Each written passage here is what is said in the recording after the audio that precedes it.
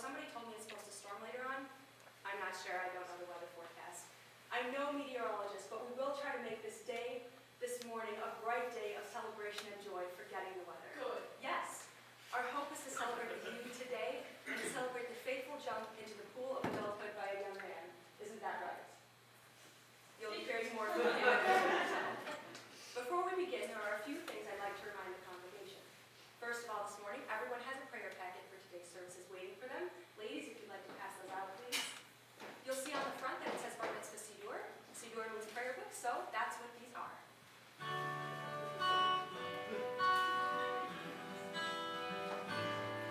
Shalom Aleichem, Eveinu Shalom Aleichem, Baruch Haba. Welcome, please come in. Eveinu Shalom Aleichem, glad to see you. Eveinu Shalom Aleichem. Time with you is precious.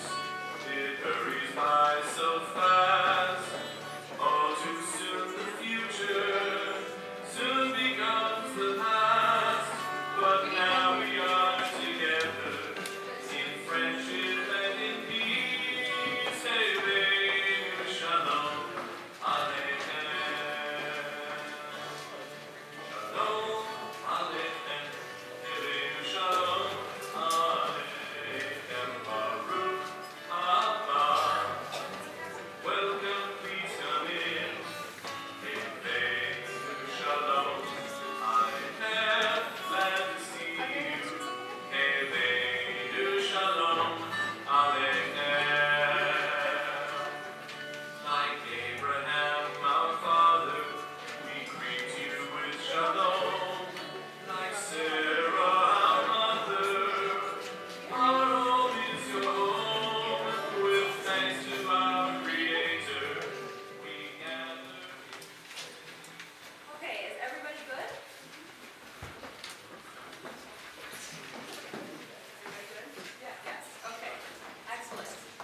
When you open these packets of prayer, you'll find that there are passages in Hebrew and there are passages in English. Sometimes the reader will ask you to read along out loud, and sometimes the reader will read a passage solo. And so when the reader asks you to read along out loud, join us.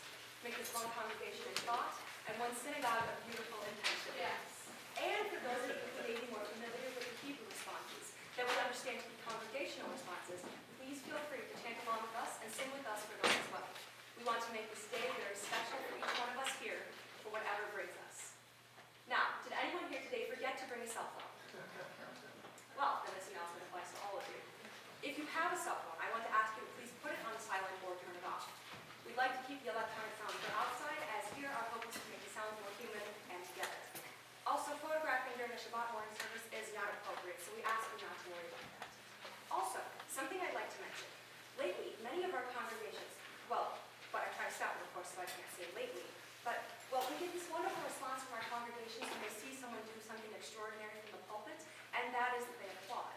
But applause is also something that is not appropriate at Shabbat morning services. Offer your smiles and/or your concentrated attention and participation instead. We love that you're here. The thing is, we want to make this congregation one in thought and prayer and unity this morning. Our intention on this Shabbat day is to rest. That is our joy. That is our privilege to make this day indeed a day of rest. And we are extremely thankful to God for bringing us 1/7 of a week to put aside whatever ails us or tugs at our attention. And in fact, our services begin this morning with a prayer of thanks.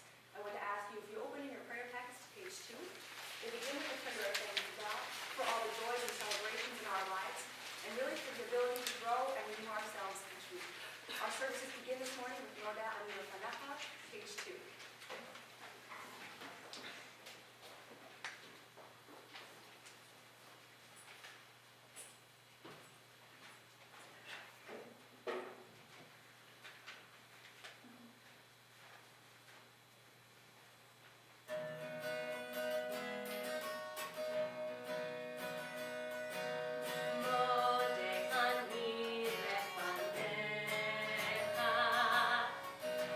Melech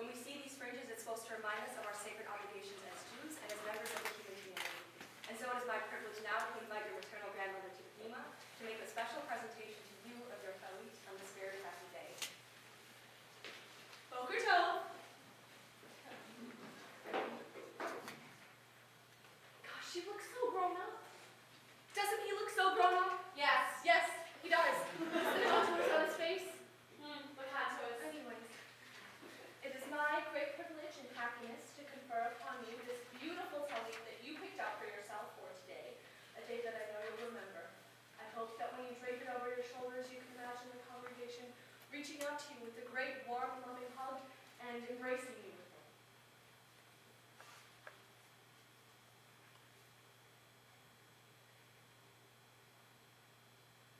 Baruch atah Adonai, Eloheinu melech haolam, asher kiddushanu b'mitzvotav, v'tzivanu lahitatev b'tzitzit. Amen. Please turn to the top of page 3 and read out loud with me. Blessed are you, Adonai, our God, universal sovereign, with the handiwork of divine craftsmanship. You stirred inside us the pipes and valves that sustain your glorious gift of life. We teeter along with our balanced networks of vessels and are reminded of your precision and fruitfulness of flesh. We were constructed in pieces and fall apart to dust. Were a piece to slip before dust, how or where we would be. We ask you to sustain and compress our bodies so we may remain fit to praise you. Blessed are you, Adonai, source of our ability and want to move. Baruch atah Adonai, ofek kol basar umafli la'asa. This soul you have given me, O God, is unadulterated, uncontaminated, and complete. You sieved it through my bone pores and washed it in the wells of my heart. O God, through my soul I see the souls of others, and in doing so, I see the grinning reflect of your all-knowing face. For that I shall give thanks to you, therefore. May the face of my soul be forever of yours. Baruch atah Adonai, asher b'yado nefesh kol chai v'ruach kol basar ish. Amen. I now invite my aunt to join me in the cantor at the bima for the singing of Mi Chamocha.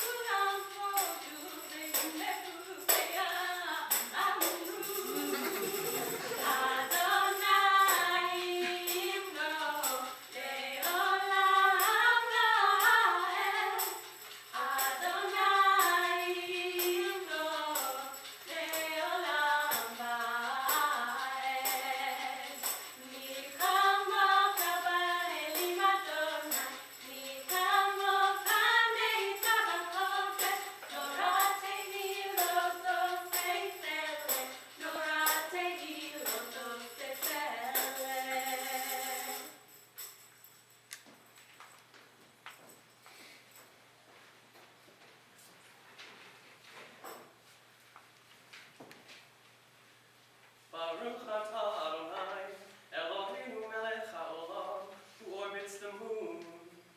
Amen. Baruch atah Adonai, Eloheinu melech haolam, who spurs the sun. Amen. Baruch atah Adonai, Eloheinu melech haolam, who pulls the grass from its seed. Amen. Baruch atah Adonai, Eloheinu melech haolam, who lets our lungs suck up air. Amen. Baruch atah Adonai, Eloheinu melech haolam, who creases the skin of the elders. Amen. Baruch atah Adonai, Eloheinu melech haolam, who inflamed wood and gave us heat. Amen. Baruch atah Adonai, Eloheinu melech haolam, who froze water and decided it should float and not sink. Amen. Baruch atah Adonai, Eloheinu melech haolam, who instills upon us songs that can war. Amen. Baruch atah Adonai, Eloheinu melech haolam, who makes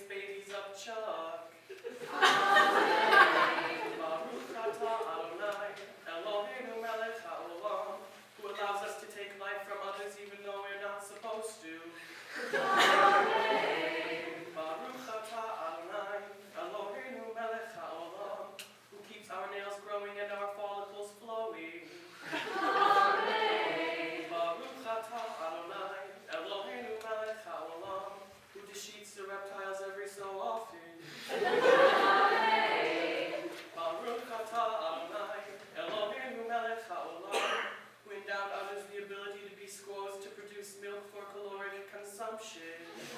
Amen. Baruch atah Adonai, Eloheinu melech haolam, who gave us mouths to praise his or her name. Amen. Baruch atah Adonai, Eloheinu melech haolam, asher nishtanu b'mitzvotav, v'tzivanu la'asot b'divrei Torah. Amen. We turn to the Reader's Kaddish on page 4. I invite the congregation to rise.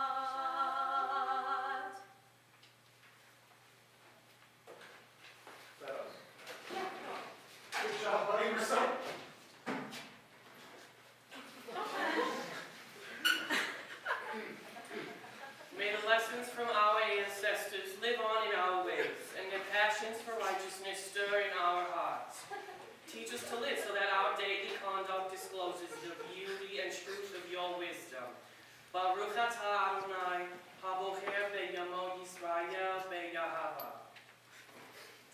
rise and turn to page 6. 8. The Aviva.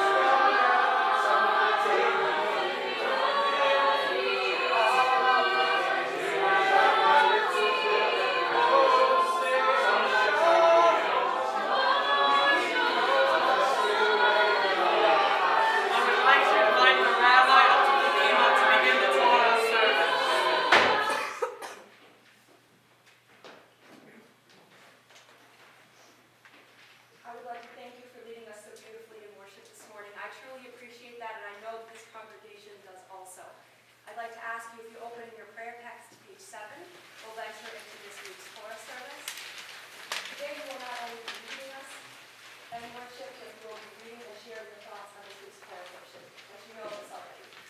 We ask a number of congregants to come up to help us with the rituals surrounding the reading of the Torah. So when you hear your name called, please come out here and join us, and we'll help orient you and show you where you need to be. First, for the passing of the Torah from generation to generation, we call it Aviva, your maternal grandmother, your other grandmother, your paternal grandmother rather, and your mother and father. Your grandparents will be opening the ark for us as well. So come on up.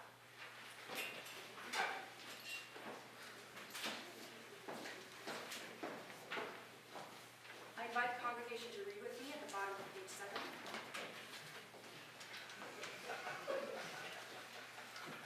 With love and words, you bestow upon us this gift of learning, O God. From within we pass on goodness. From within we also reach outside ourselves and carry it to our graves, the graves of our children, and to the graves of our children's children. It is this: what is hateful to you, do not do to any person. That is the whole Torah. All the rest is commentary. Go and learn it. I invite the congregation to rise as we take out the Sefer Torah.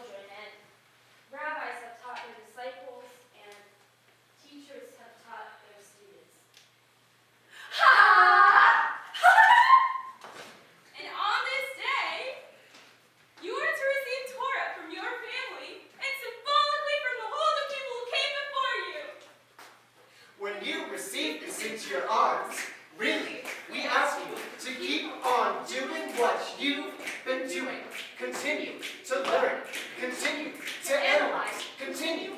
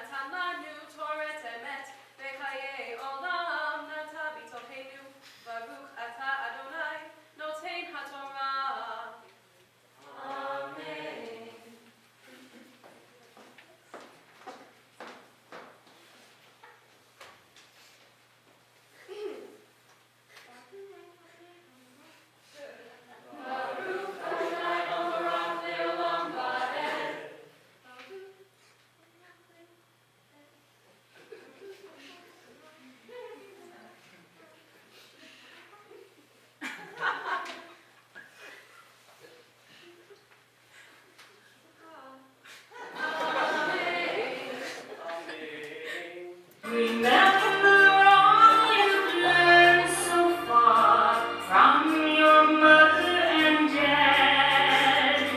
Charity and sympathy to all who are sad.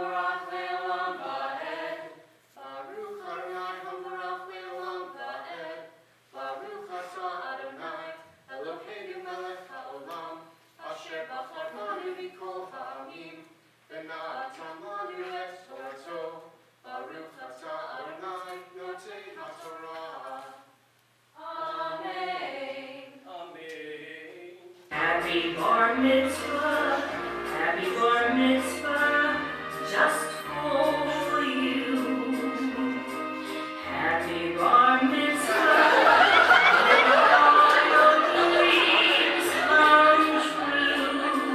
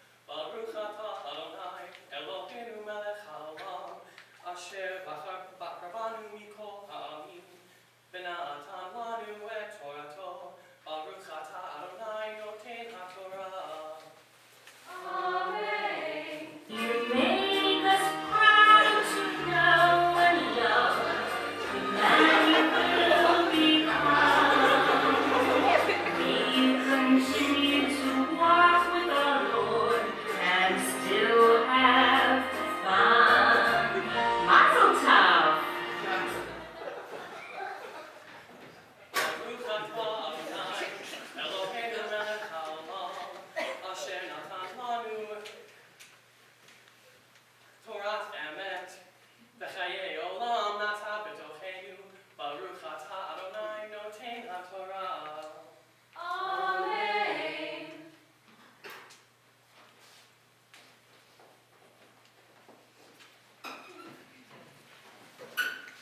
At this time in our service, we come to the Mishabera.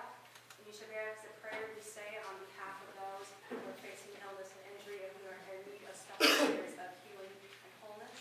There may be people in the hospital, maybe people recuperating at home, and there may even be people in this congregation this morning who need prayers of restoration for a variety of reasons. And so we sing together the words of the Mishabera.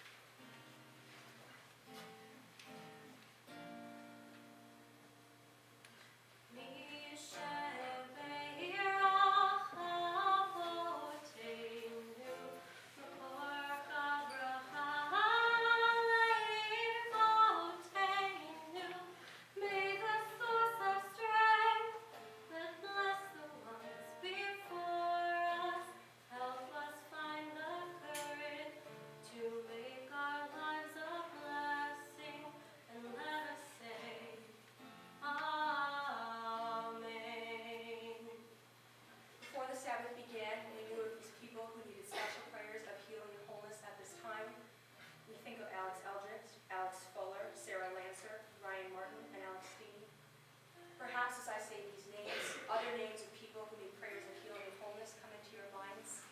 And so I invite you now, as I walk in your direction, to add a name to the list of people for whose welfare we all pray.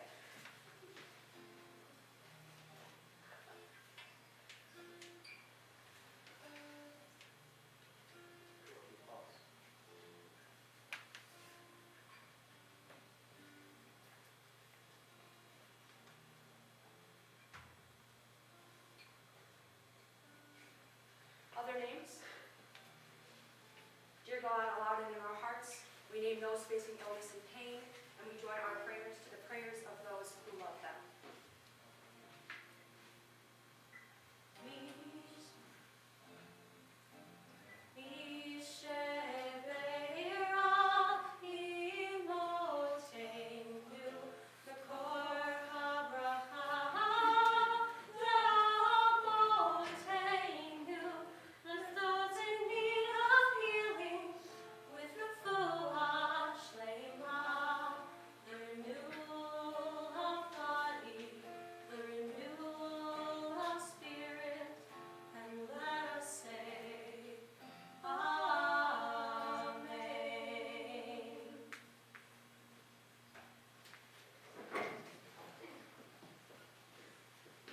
To invite your little brother to come up and address the Torah, and I would like to invite the congregation to rise.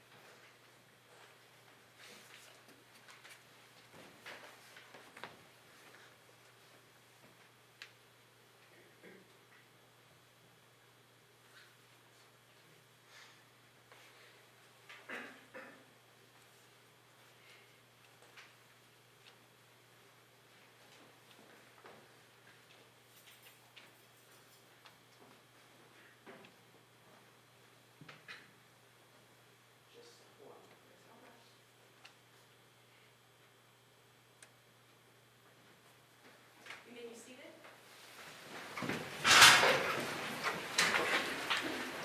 Shabbat Shalom. Shabbat Shalom. My Torah portion is called Vayetze. Vayetze means "and he went out" in Hebrew, and it really describes what happens at the beginning of the portion. Right at the start of the portion, Jacob leaves Beersheba and heads toward the land of Haran, where Rebekah was born. Rebekah is Jacob's mom. The first night of traveling, Jacob has a dream. In the dream, there's a giant staircase going up to heaven, and God tells Jacob that his descendants will be blessed and will inherit the land that was already promised to Abraham and Isaac. Eventually, Jacob gets to Haran and is welcomed by his uncle Laban and his two daughters, Leah and Rachel. Eventually, Rachel and Jacob fall in love, but Laban says that Jacob can only marry Rachel if he works for Laban for 7 years. 7 years later, Laban lies to Jacob, telling him that Leah was Rachel. They marry, but once Jacob finds out what Laban did, he gets mad. But then Laban tells him he can also marry Rachel if he works another 7 years for him. He then marries Rachel after 7 years. With Rachel, Leah, and each of their servants, Bilhah and Zilpah, Jacob has 13 kids. Reuben, Simeon, Benjamin, Levi, Judah, Issachar, Zebulun, Dinah, Dan, Naphtali, Gad, Asher, and Joseph. After a while, Jacob decides to go back to his homeland. He makes a deal with Laban for the payment of his earnings. They will divide his herd of sheep. Jacob gets all of the spotted or speckled sheep, and Laban will get the rest. Laban agrees, but soon finds out that Jacob has more sheep than he does, and the number is increasing. Jacob fears that he will get in trouble because he lied, so he secretly sneaks out with all his family and belongings. Laban, unbeknownst to Jacob, follows him. Eventually, Laban overtakes Jacob, but they soon forgive each other and work out all their problems. Then Jacob and his family head on their way. An important value in my Torah portion is not cheating on your wife. Jacob has 13 kids with not just his wife, but also his servants, Bilhah and Zilpah. I wasn't around then, but I bet they felt pretty bad about that. Gandhi once said, "The weak can never forgive. Forgiveness is the attribute of the strong," which I can somewhat agree to in this portion. Most people think that all biblical characters should be good, never lie, and are selfless. However, in the story of Jacob and Laban, Jacob, of all people, takes revenge on Laban, and he cheats on his wife. Number 31 of the 613 mitzvot, which are commandments, says that you shall not take revenge. Of course, everyone makes mistakes, sometimes intentionally and sometimes unintentionally. In this case, Jacob intentionally took revenge on Laban. I think Laban and Jacob should just try to make peace with each other, which in the end they actually did. What I'm saying is that in the end, Laban and Jacob forgave each other. This Torah portion for sure relates to life today in a few ways. The aspect I chose to talk about today was being a good family member. In this portion, Laban lies to his nephew Jacob about his daughters. From my point of view, Laban is lying to both his nephew and his two daughters because he told Jacob that Leah was Rachel. To do that, Laban will probably have to tell Leah that Jacob wanted to marry her instead of Rachel. That's not what a good family member should be. This relates to life today, because most people aren't as nice to their family as they could be. For example, my brother and I fight a lot. I'm not saying I'm always as nice to him as I should be. My dad says that when we grow up, we might not even talk anymore. Since I'm now according to Judaism, I'm going to try harder, like Laban and Jacob, to be a good family member with my brother. If we work out our problems with words and forgive each other, we would not have as much fighting as we do. Like Batman. But as a 13-year-old, what can I say? I'm sure a lot of people can relate to that. However, if everybody, not just family, but others too, could forgive, we would probably not be having fighting in the Middle East or the trouble with Africa. The words of the day are forgiveness and respect. Now that I'm done analyzing the Torah, I want to tell you to have a Bar Mitzvah, you're supposed to do a mitzvah project. Mitzvah means good deed. It was not hard at all to think of what I would do because I was already doing it.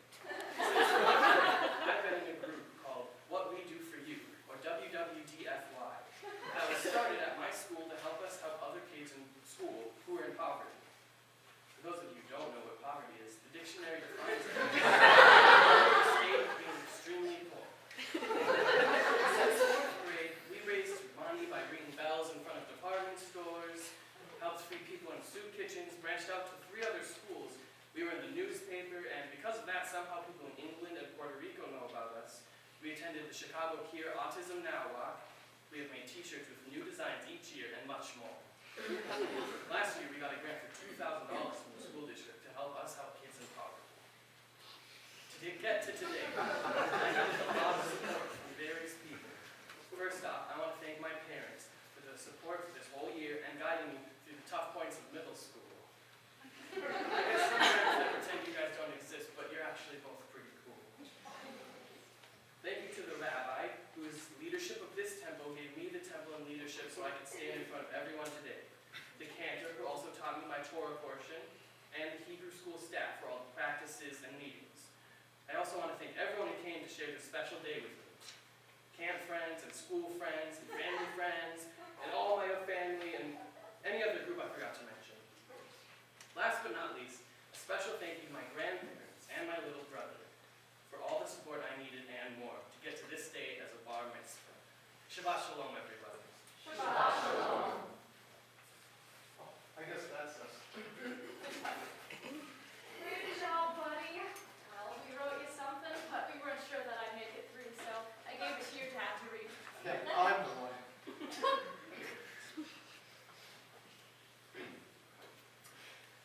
To our Bar Mitzvah boy, written to you on your first birthday. That's when we wrote this. Here we go. What a year it's been. We've got 12 more until we read this to you. What to say? We don't want to be overly schmaltzy, but sometimes we're learning we can't help it. You haven't even talked yet, unless you're communicating through diaper, but we're sure that on your big day you'll have lots to say. And we're so excited for that and for you, a Jewish baby full of infinite potential. You really haven't done much, so there's not a lot to talk about, but maybe here's a prayer for you and your future. Dear God, grant our son the bravery of Harry... Oh, we changed. Oh, right. We changed the references so you understand it now. Grant our son the bravery of Harry Potter. And let him learn from his mistakes. Let him be kind, but don't let him be pushed over. Let him make funnier jokes than his dad.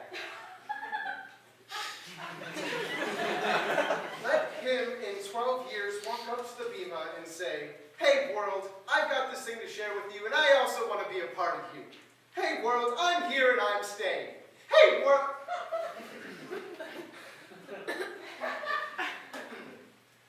So we wrote that to you in hopes that we'd be able to read it to you. And we did. We did. Son, we're so proud of you and for your making it to this day. Everything we asked for on that wish list came true and more. Especially the joke part. Yes, even the joke part. Son, you're caring, compassionate, intelligent, and you've been working really hard. I mean, you even put away your video games so you could study your prayers. Now that's commitment. Yes. Son, we love you. But now it's time for you to step up to the plate and hit a ball into taking responsibilities for your own actions ballpark. Home run. Your mother and I, and I'm sure your little brother too, want to wish you Mazel Tov. Lots of hugs and kisses. Although, not here because we don't want to embarrass you in front of your friends. We love you, son, and we can't wait to see what's to come. Happy Bar There was Mitzvah. this time when you were 3. You had this huge plush gorilla that your cousin gave to you. And every day after eating your kicks, you would sit down with the gorilla and say, "Do you really want to be stuck in that gorilla suit?" There was a story here, but I don't remember. Happy Bar Mitzvah.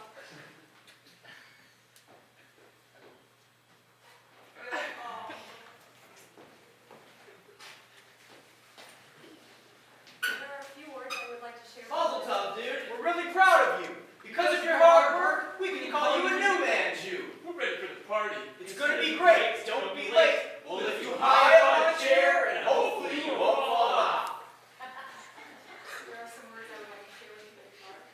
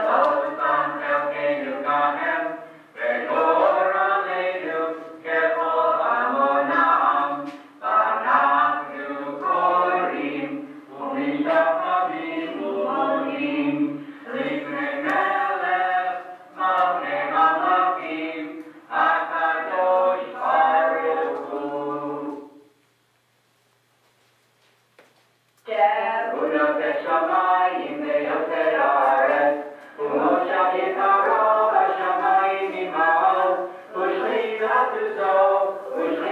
תוזו בגובי מרומים, הוא אלוהינו עינו, אמת מלכנו אפס תנועתו, כך כתוב בתורתו, וידעת היום והשאלות אל לבביך, כי אדוני הוא האלוהים, חד שמיים ממעל, והארץ מתחת עינו. ונאמר והיה אדוני למלך על כל הארץ, ביום ההוא יהיה אדוני אחד, ושמו אחד.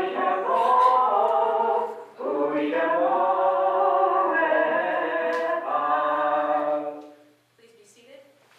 Today's Sadiq Bracha in the memory of the righteous always be a blessing. In this sacred moment, we call to mind those who have departed this earth, those of our family we have lost in recent days, those loved ones whose dark life has occurred this time, and those of every race and nation whose lives have been a blessing to humanity. The recent deaths that we mark are these: Alan Masbaum, father of Irene Zimmerman; Sarah Shurko, beloved member of the congregation; June Korsinski, mother of Jay and Alan Korsinski; Ellen M. Gammett, mother of Ralph Gammett; Lena Goldberg, mother of Lynn Schmidt; Samuel Lieberson, uncle of Jackie Fred; and William Padway, brother of Vicki Hester. We also recall these whose yard signing occurred at this time: Margaret Sobel, Eli M. Smith, Harold Rothberg, Martin Lesser, Margaret Levin, Leon Feingold, Jack Cinnaboy, and Gladys Sherman, all of a blessed memory. There may be visitors in our congregation today who also are remembering a loved one. Perhaps they are in mourning, perhaps they are observing a yard site, or perhaps someone dear just came into their mind. And so I invite you now to add names to this list of people for whom we say in mourner's cottage.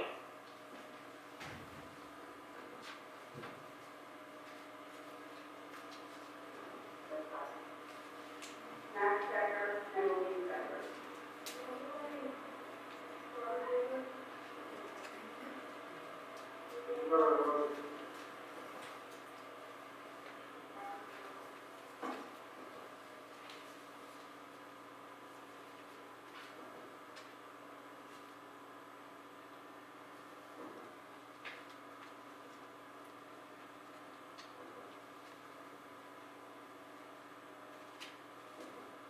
Other names?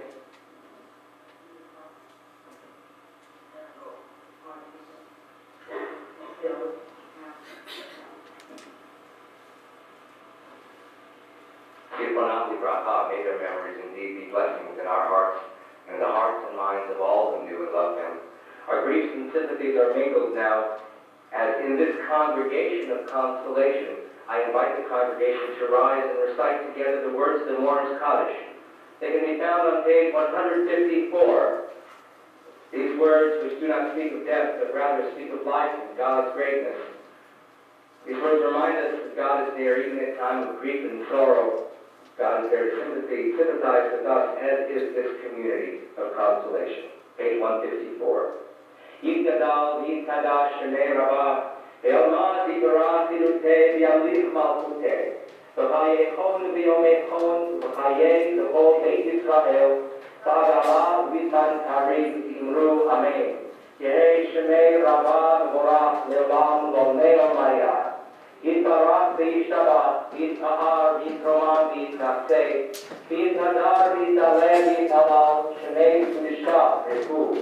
Le'ela min kol birchata v'shirata, tushkafata v'nechamata, amiran ve'alma, imru amen. Yehei Shlama Rabba Min Shemaya V'Chayim Aleinu Ve'al Kol Yisrael V'Imoru Amen. Oseh Shalom V'Imomav Huya Aseh Shalom Aleinu Ve'al Kol Yisrael V'Imoru Amen. May God indeed send peace to all who mourn and comfort those who are remembering on this day. And let us all say, Amen. Please be seated.